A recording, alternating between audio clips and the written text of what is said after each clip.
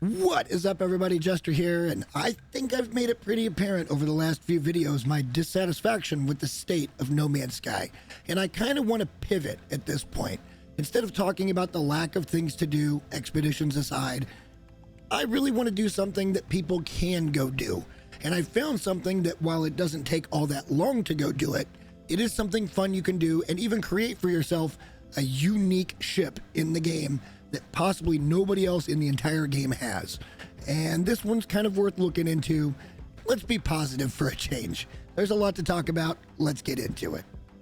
I think everybody at this point pretty much knows that there's this new expedition terminus here in the Anomaly, and in my opinion, this was a great addition from Hello Games because it streamlines the way that you can do these expeditions. You can now get there from your main save instead of having to start a whole new save to do these and then wait for everything to transfer over to your main save. Here you can just go straight in, and there's some benefits of being able to do it this way. One of which is being able to bring cargo and technology along with you for the expedition.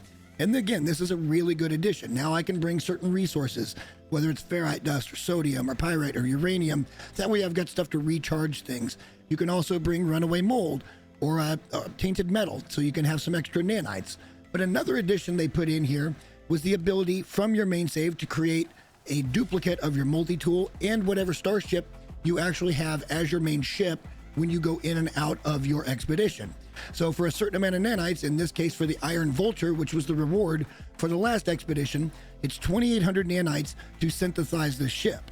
But what if I told you when you did this, there's a little hidden thing that they don't really talk about, and we're going to talk about that today.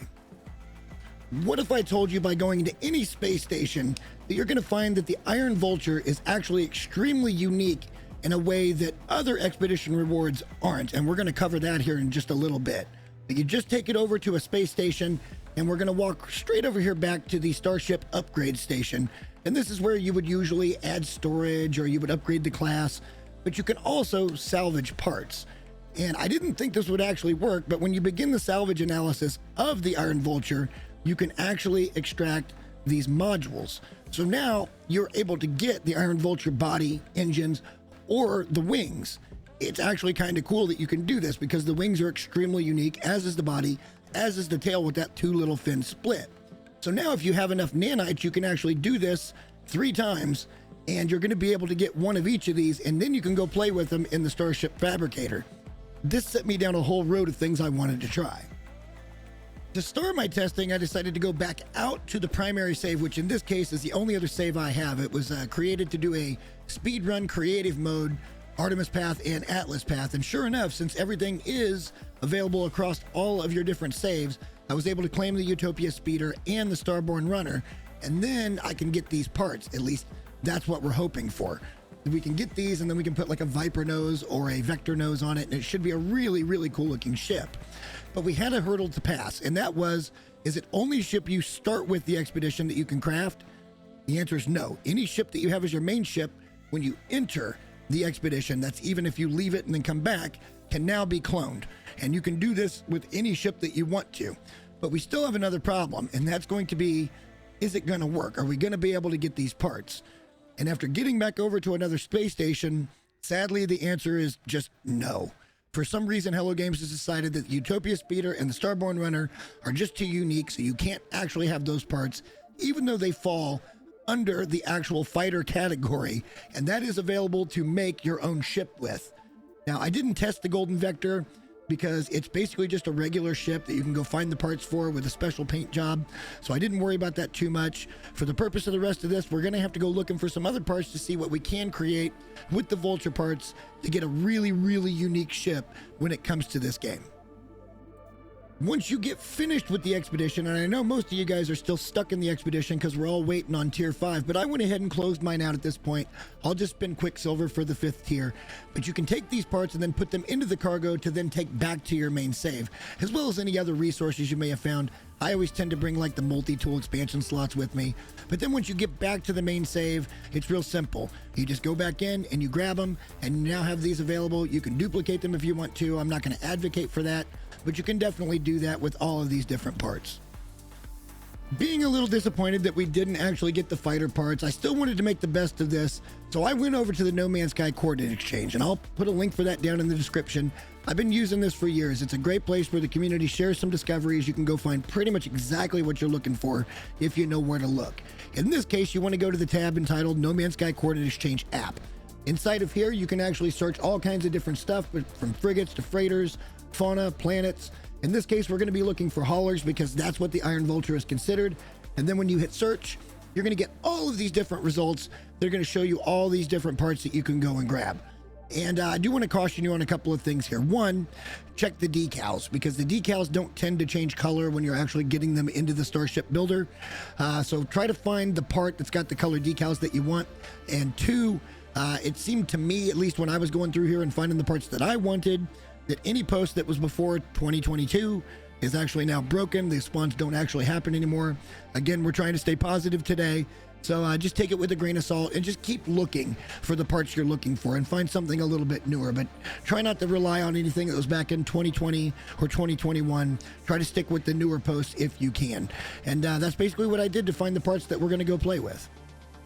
Once you have all the parts that you think you want, you just need to go over to the Starship Research guy, and you're going to want to buy a core for your ship. Now, I don't see any reason to not get the S-Class core because you probably want an S-Class ship, and it's 6,000 nanites, so just make sure you've got enough for that.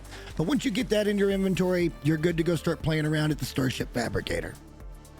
Once you get to the Starship Fabricator, you just click on into it, and then the first thing you're going to want to do is put in your core. And if you'd like to, and this is completely okay as well, you can just recreate your Iron Vulture in your own vision. Once you get all the parts put in, it gives you all the different colors of the rainbow. So if you wanted to make white on white on white, you can absolutely do so. Now, I'm not a big fan of the way the decals can't be changed, but that's a small nitpick, and it is what it is. You also get access to metallic paint job, stealth paint job, as well as the ironclad paint job, which all look pretty cool. And this is a good way to make that Iron Vulture custom and fit your needs and be a one-off in your game. But I kind of wanted to play around with some parts and see what we could come up with. I've always had a thing for these Serenity style wings, and it's not really Serenity style. It's about as close as you're going to get in No Man's Sky. And now with this Vulture body, it's really big and fat, and it looks great. And we went ahead and put the Vulture tail on it, and I think this is a damn good looking ship. And again, I found all of these parts on the No Man's Sky Coordinate Exchange. Now you'd notice that decal did change a little bit of color, but it still doesn't really match. It's more of a green than it is a blue. Again, small nitpick, but it is what it is. I also wanted to check out and see what the wings would look like on one of my favorite type of haulers, which is the long front end of the hauler. And actually, I wish we could kind of get a vertical view of this, but you can only spin it. And it looks a little bit weird to me. I know that those engines move on the wings, so it will give kind of a cool effect. But I think for me, I'm probably going to go with the first one when it comes down to it. But again, I found an hour or two of fun in the game where there hasn't been a lot of that for me here lately. And I don't know. You guys let me know in the comments if you think this is even worth the time to do. Hopefully this video has given some of you folks that are stuck in the expedition something to do, so assuming you have the nanites and you have the want to go do this. But it's a good way to get a custom Iron Vulture that's one-off, or even a hybrid Iron Vulture that's a one-off that nobody else in the entire game has. And I think that's kind of neat. And that's why I wanted to go ahead and make this positive video today. But I also want to clarify a couple of things about my most recent content.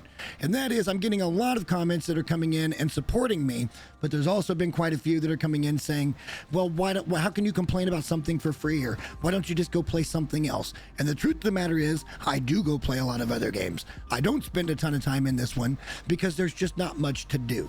And as far as something for free, that doesn't make it good. And I stand behind me saying that I'm going to be the voice of reason when it comes to how good a particular update is. You can agree with me, you can disagree, that's your right. But you can't stop my opinion on what it is. You can always go watch one of the other guys that's going to tell you everything's great every time because they want clicks. I don't give a damn about clicks. Although we are kind of getting close to 1,000 subscribers, so please subscribe because I've got a real banger, I think, planned for that 1,000. I think you guys are going to enjoy it because it should just be a good time. But all that being said, I'm not just blindly hating the game. I feel like I've earned the right to be critical and want more from the game, more than just seeing them set up for Light No Fire so they can avoid the dumpster fire that was No Man's Sky when it was first released.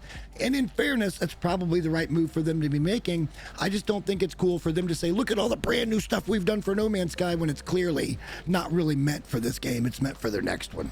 So that's just a clarification of where my head's been at. And while I'm still going to bring you guys the little glitch videos, because half of them I find to be absolutely hilarious, I may back off a little bit until the next update comes out as far as talking trash about anything. So there's that. And if you guys like that, like I said earlier, subscribe to the channel and like the video, because it really does help. And I appreciate all of you for watching till the end. But until next time, we'll see you in the next one, guys. Thanks for watching. Bye.